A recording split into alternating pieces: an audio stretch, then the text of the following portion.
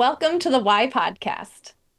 where we discuss mindful learning in the virtual space. And we are so happy to welcome our very special guest, Mr. Derik Nelson.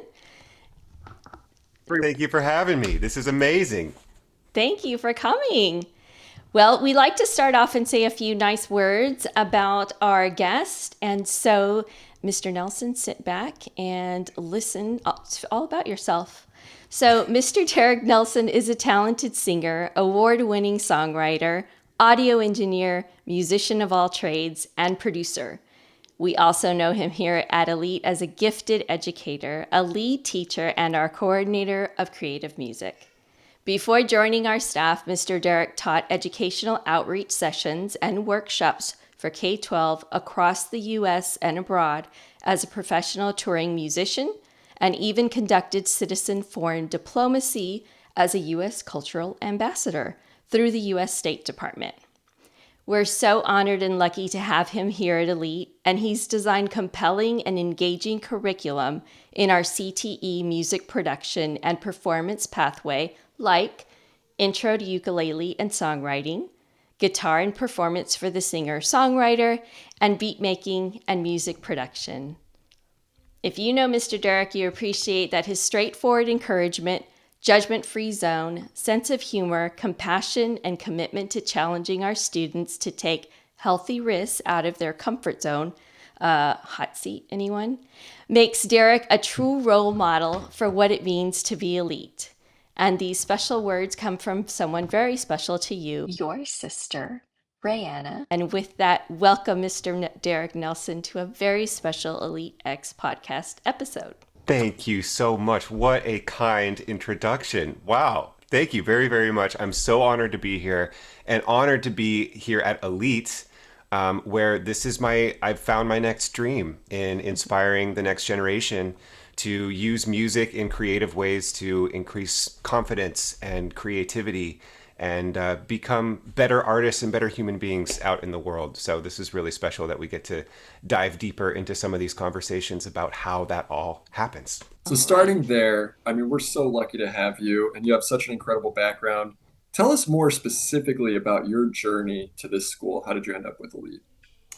Well, I do not come from professional education. I appreciate the list of accolades on the bio you just read.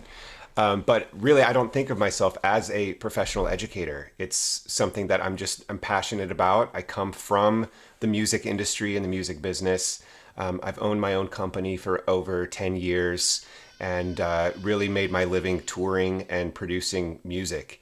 And so having the opportunity to travel all over the world, it was important to me to work with schools and partner with local communities to meet inspiring young musicians and young people that I felt like I could impact through the things that I'm passionate about.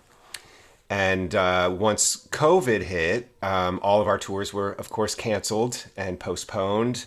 And it became very challenging to understand whether or not the return to live music would be possible. And in that time, I wanted to continue serving other artists and really strengthening the community and the connection in the world of music. And so I hosted a number of online songwriting workshops that were completely free. I shared some of the things that I loved about songwriting and tips and tricks and lessons and things I loved about guitar and chords. And it really resonated with a lot of people around the world. And from that, we did online video collaborations where we created original songs and music videos. And so this caught the attention of the State Department that I had previously worked with in person.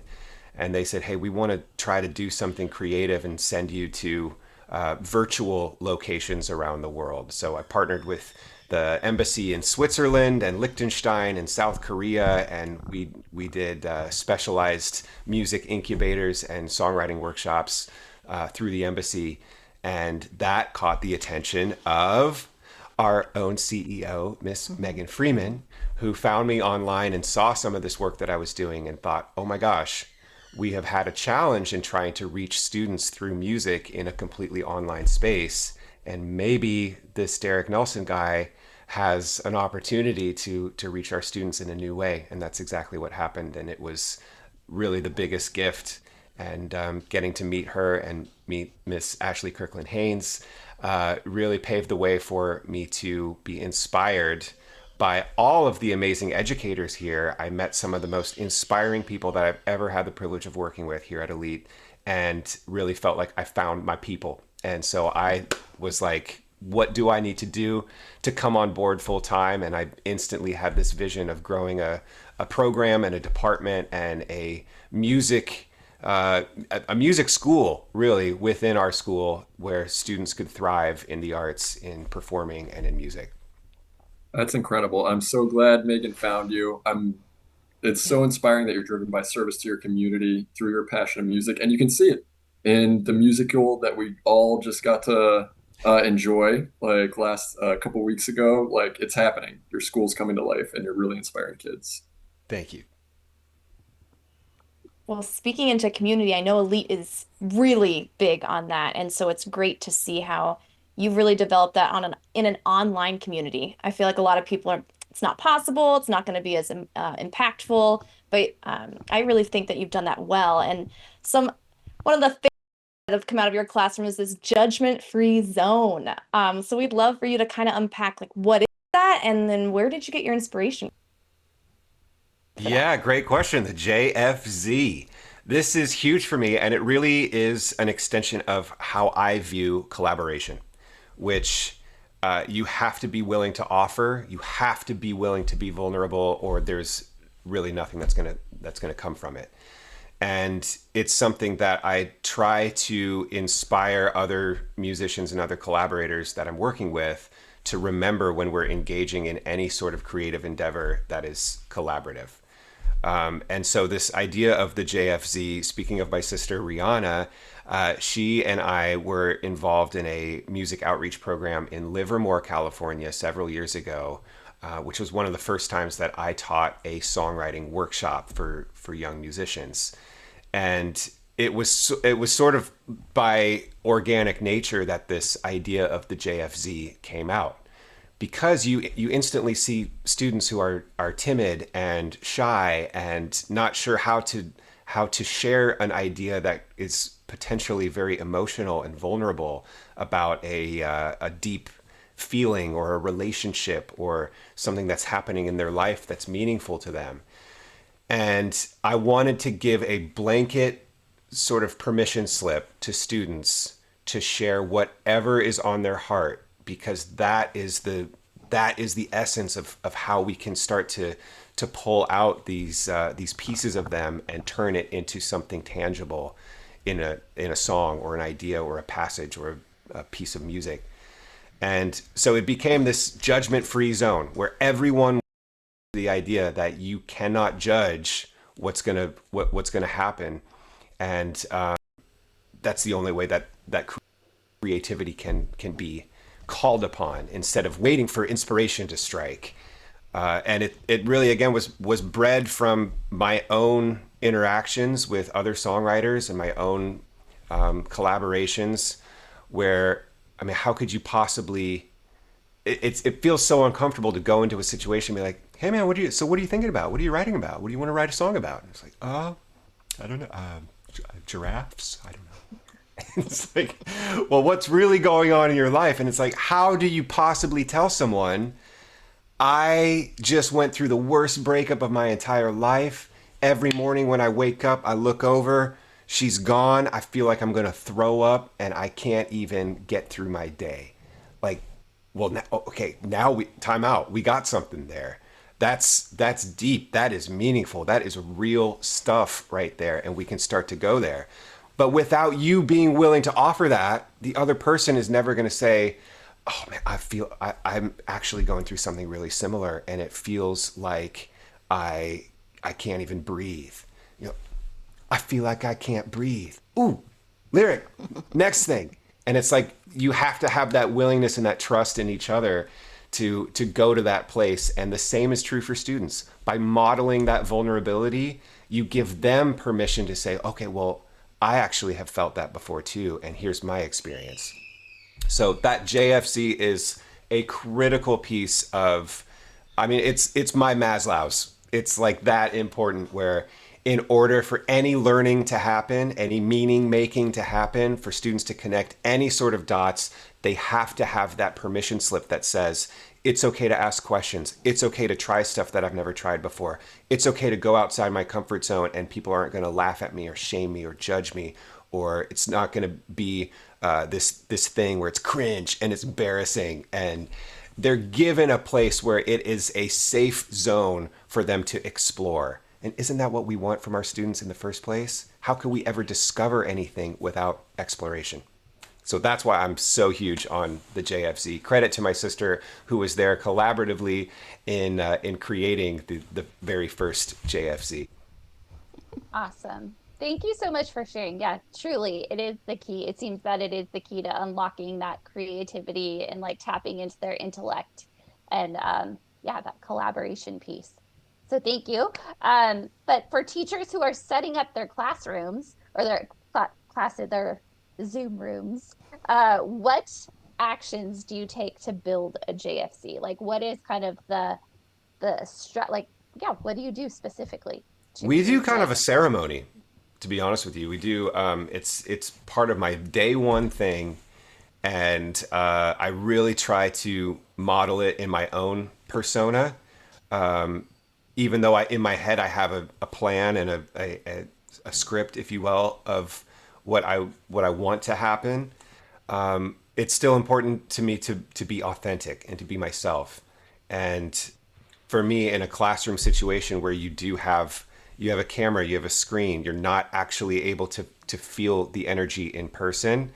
I want to kind of up the energy level even a little bit more to overcompensate, or not overcompensate, but compensate for the limitations that we have just digitally.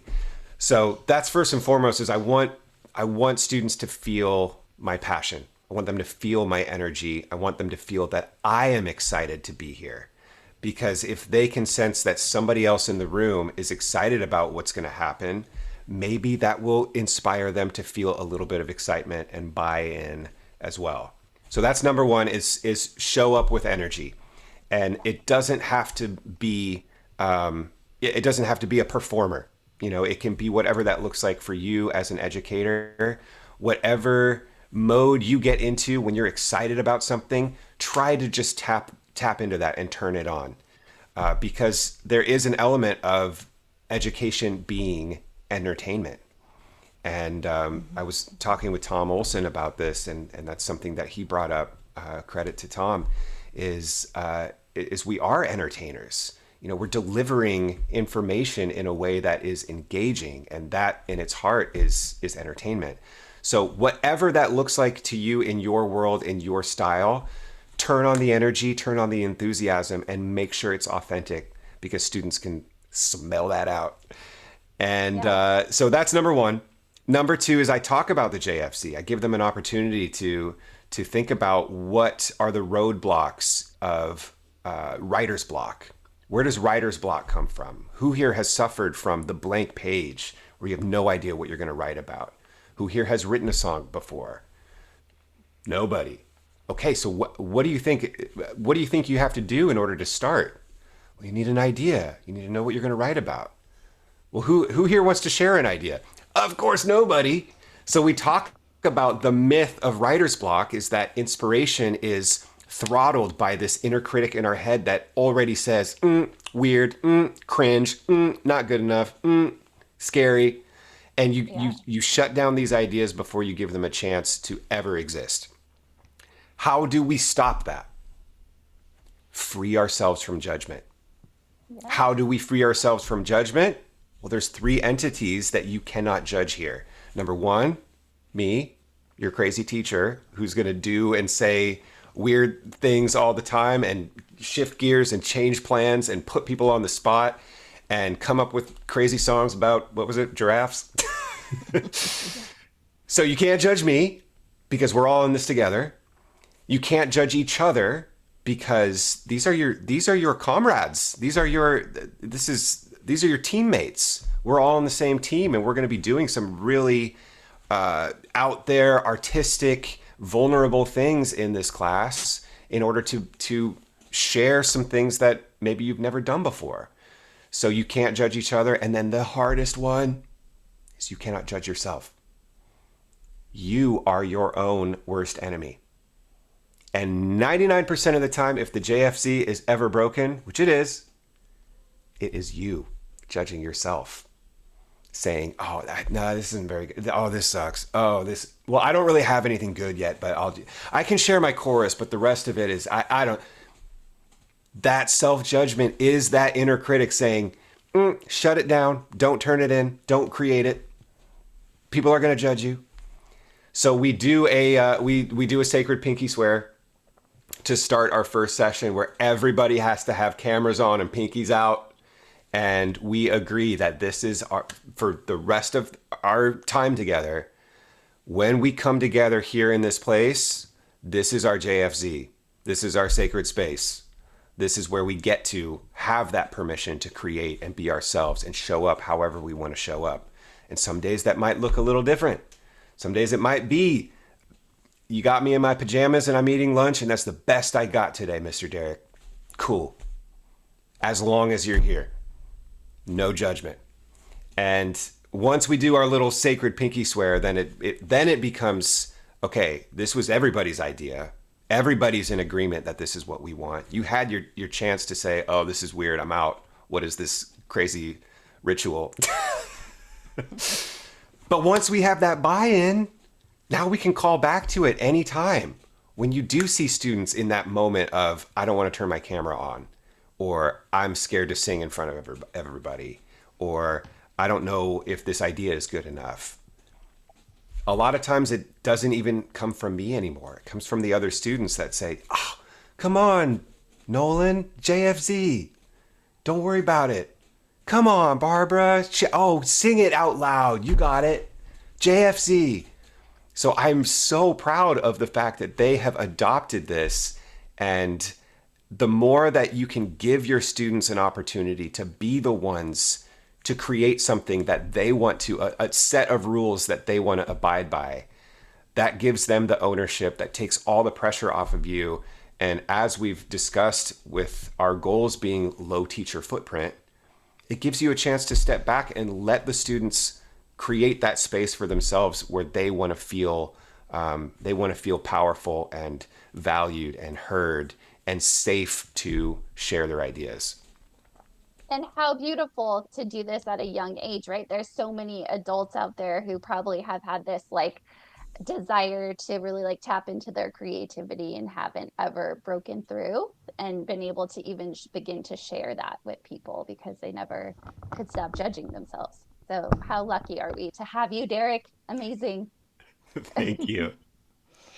So, Derik, as your students are embarking on this creative process, they are really putting themselves out there. And when they put themselves out there, they are vulnerable.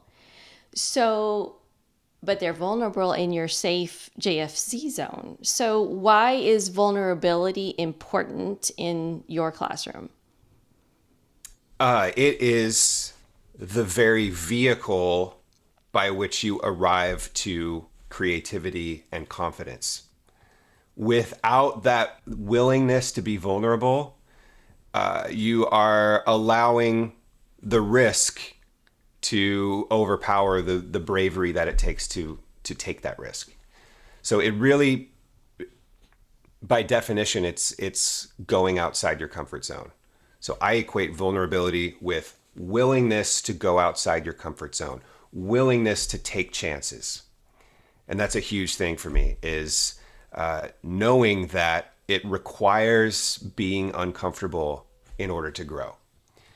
So if we want our students to grow, if we want to put them in a position where growth is nurturing learning and meaning making and synthesis and collaboration and all of the outcomes that we want to see our students have, if we want to put them in that position of growth, we have to, I don't want to use the word force, but it's almost kind of like force. We have to force them to be uncomfortable.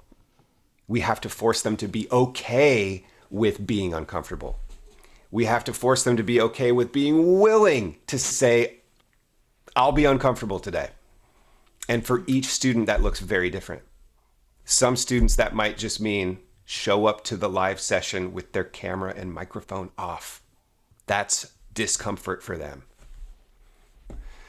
Okay, that's what you got. We'll take it. It beats not being there. But I know I am enough of a needler to where I know if I've got them in the room, guess what? Maybe not today, maybe not next week, but you are going to have your camera on. You're going to sing something for us, and you're going to be celebrated because of it. And as you start to learn your students, you're going to get to know intuitively how far you can push to where that threshold of discomfort becomes a breaking point. And that's always the line that I'm trying to toe is how hard can I push you to where you have the biggest win possible without that wave of risk overpowering you? Because that's not what we want either. Because it's I really think, like on the yeah. other side of that, the other side of that risk is the breakthrough. And once you get an opportunity where you can feel that and the student can feel that and the entire class can feel that, where they are on camera and they play a guitar chord and they sing something they've written for the first time, it's like, oh, it gives me chills. And it has nothing to do with talent, has nothing to do with skill. It has everything to do with effort and willingness to make yourself uncomfortable. And through that, all of these different connections are made. And students start to feel like, okay, well, they did it, so I have to do it now. And that's where like the class sort of starts to take off and comes to life and becomes its own thing, which I think is a huge factor in the question of how do we create low teacher footprint? How do we create students who are willing to take on the initiative and the leadership to engage and collaborate and take ownership of the class? And it comes from constantly, every single time, every interaction, at the forefront of your mind is like, how can I make you just a little bit uncomfortable today? It seems very backwards, but that's really what I'm trying to do is give them an opportunity to feel the spotlight without having anything prepared, without having an opportunity to rehearse, without having time to think about it. Because that's real life. Real life, you are put on the spot. Real life, you have to make decisions. You have to learn how to communicate.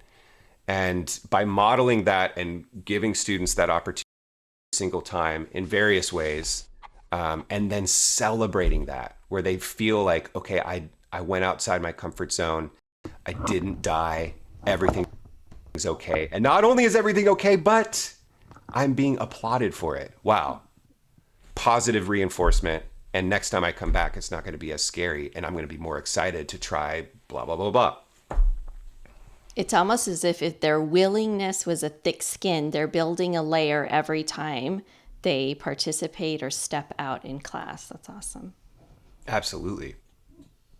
In talking about the JFC vulnerability, you've touched on our essential elements of exponential learning, right? Our MAD Cs, so meaning making, asking, doing, collaborating, synthesis. And before we sat down, you stated how that judgment-free zone is the key to unlocking the MAD Cs. And I feel like that was fully on display during the presentation of your musical.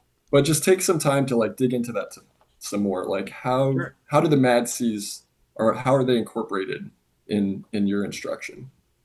So they're all over the place. As soon as you have a student who turns their camera on for the first time and decides that they're going to embrace the spotlight or the hot seat, as we call it, which is kind of fun because usually when you think you're in the hot seat, it means you're in trouble.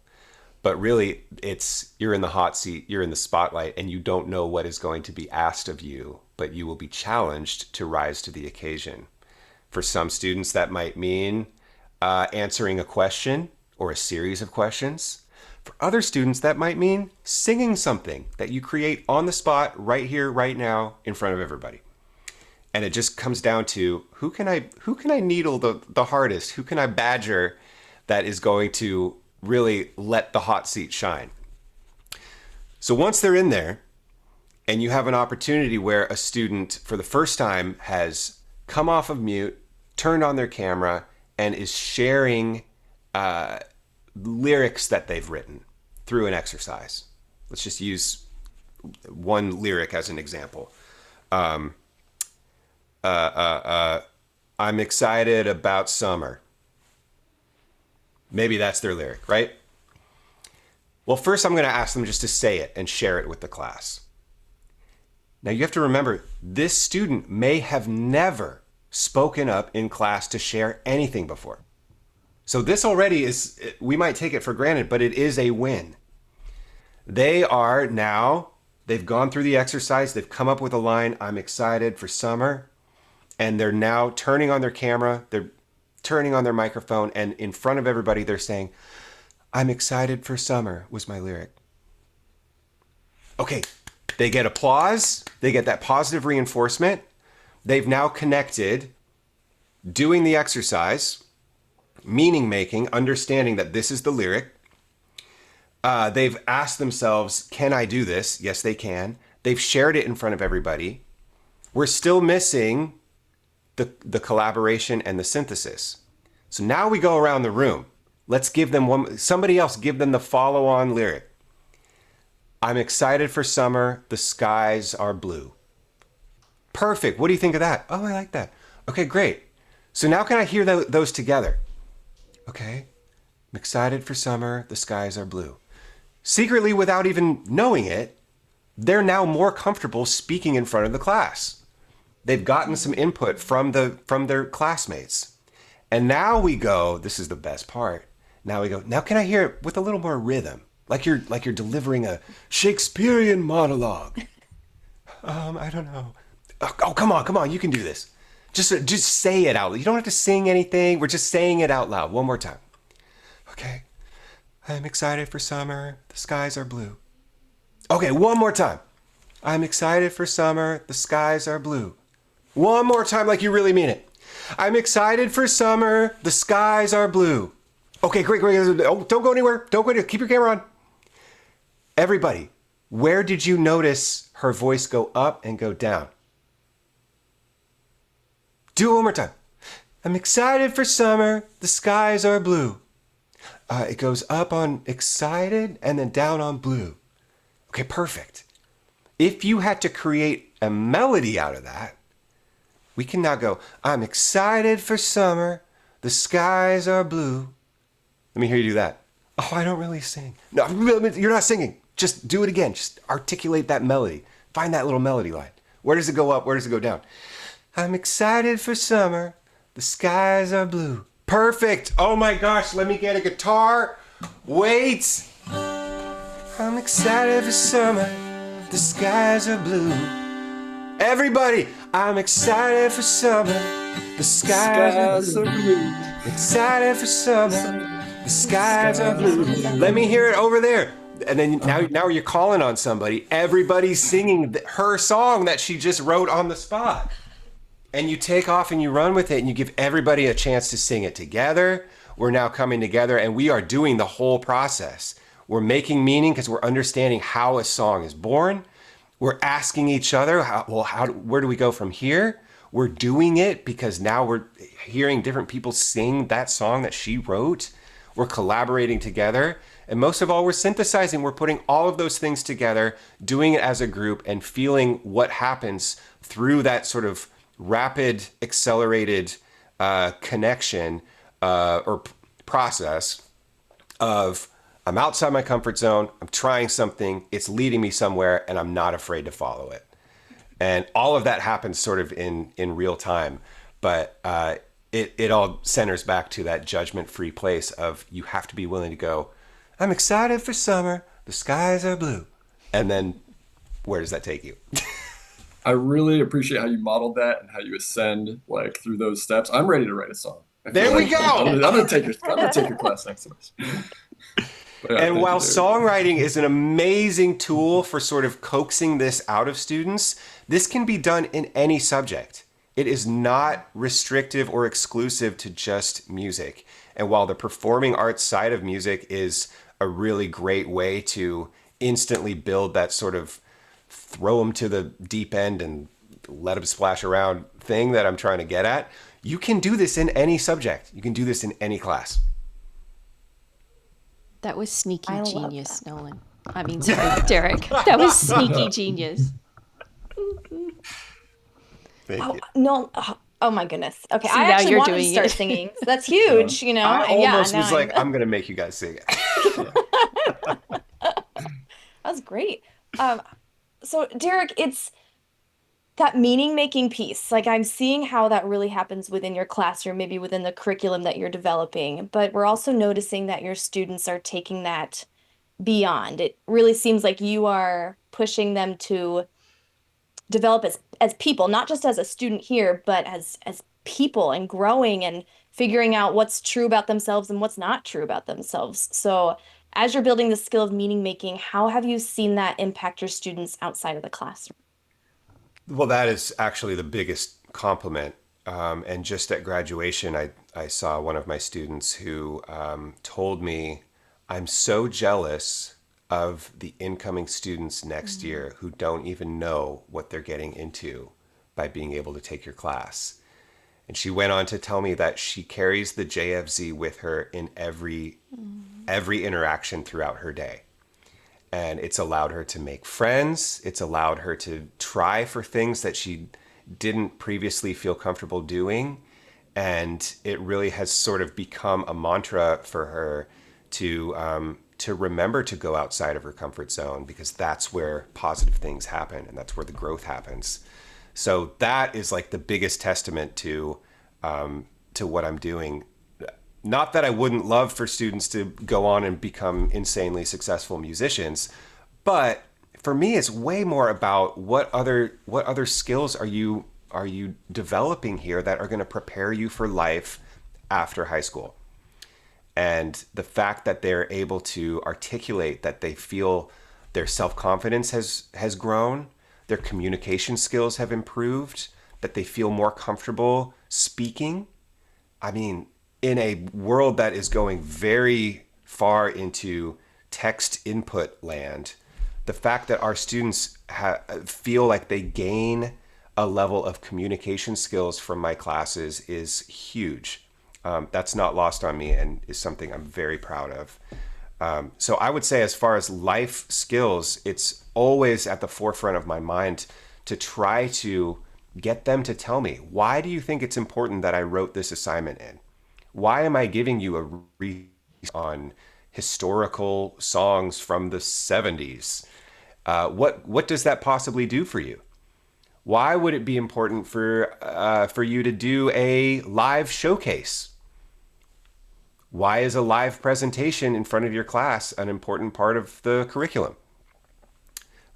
And what does that do for you outside of class? What skills are you developing that could help you or serve you outside of this class? And I've heard everything from making friends to improving relationships to getting job interviews, to excelling in college. So that is just a testament to why it's so important to continue to push students to be vulnerable and not be shy about sharing their voice and asking questions and trying things.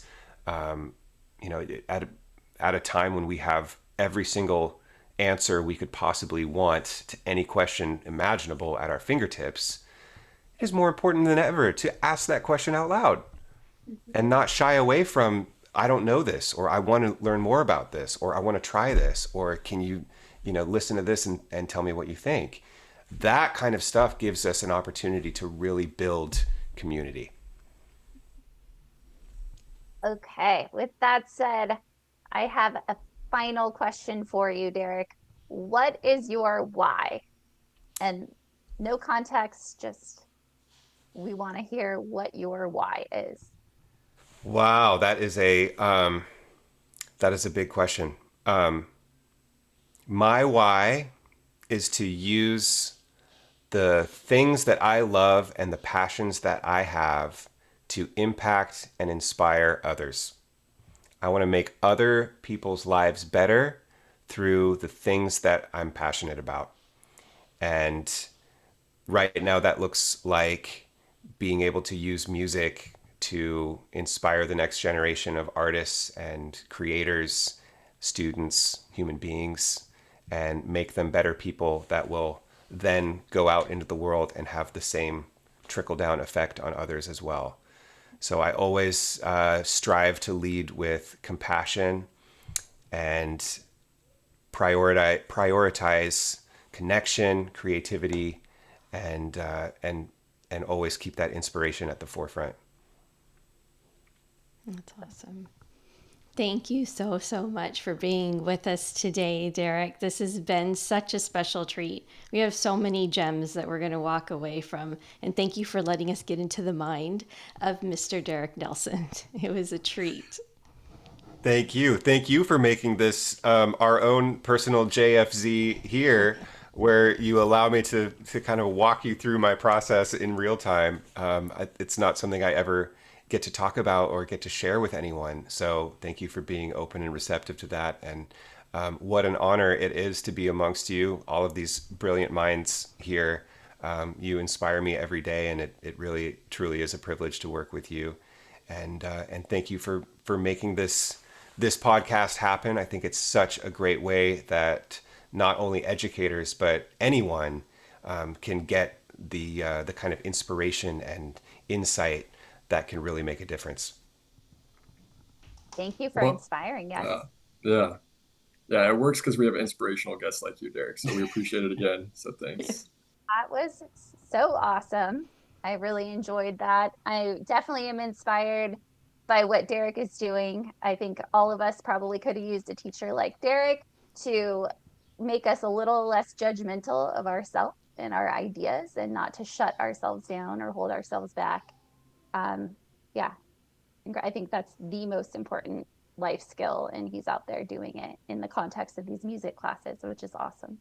I love how, like, piggybacking on that, how intentional he is about that Yeah. idea of pushing students to the edge of their comfort zone and then challenging them just to take like one step further, Yeah. right? And just keeping that in the mind of his instruction. It's not just like the skills we're working on, it's like he's intentionally thinking about this particular student. Like, how far can they go and like kind of dig into that zone where they're a little bit uncomfortable, but maybe they can go a little farther. And maybe that's different from another student, but he's thinking about all of his students and where he can, stretch them. And And speaking he on used the your, word, oh, go ahead. oh, sorry. As I say, he used the word force, but I would say he was doing more of a coaxing, like coaxing them Yeah. out. An But enthusiastic coaxing. And you said the word intentional, Nolan, and it was amazing to watch. He's intentional about hitting all the mad C's. Yeah. When we started down the road of Elite X, I was happy if I got, one or two in there. And he's intentionally, hitting all of them. It was just amazing to watch. I'm so happy he did that little demo for us.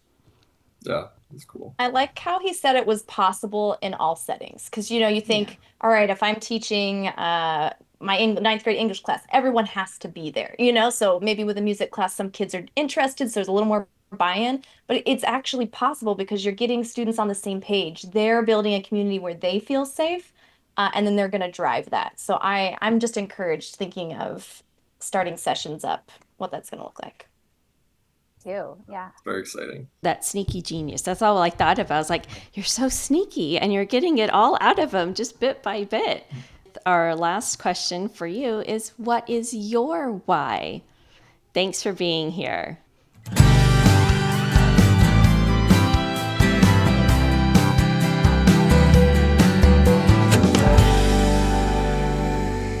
It was, Predicted this is Yes. yeah, this is, we knew it gosh. was going to be like this. This exceeded my expectations. This is perfect. I got a little emotional. I'm not gonna lie. yeah, I was like, oh I my had to gosh, wipe a I'm tear. yeah. I well, wiped a I tear was at one feeling. point. I was like, do Yeah. not cry on camera. No, Yeah. no. No, It's we okay. want It's that. okay. I got to But sing, so truly, I'm stoked. yeah. There you go. And Yeah. you're teaching the most important life skill, right? Which is like not to judge yourself and don't shut yourself down. Yeah. Like Yeah. that's like you're like, yeah, like so many people could have used this Yeah. as kids. It's one of those Like like if it's if you only everybody. if you only take one thing from school, that's a good one thing to take. Right. Yeah, I you think say so. you don't pursue music, like you maybe you're a little less fearful and judgmental of yourself.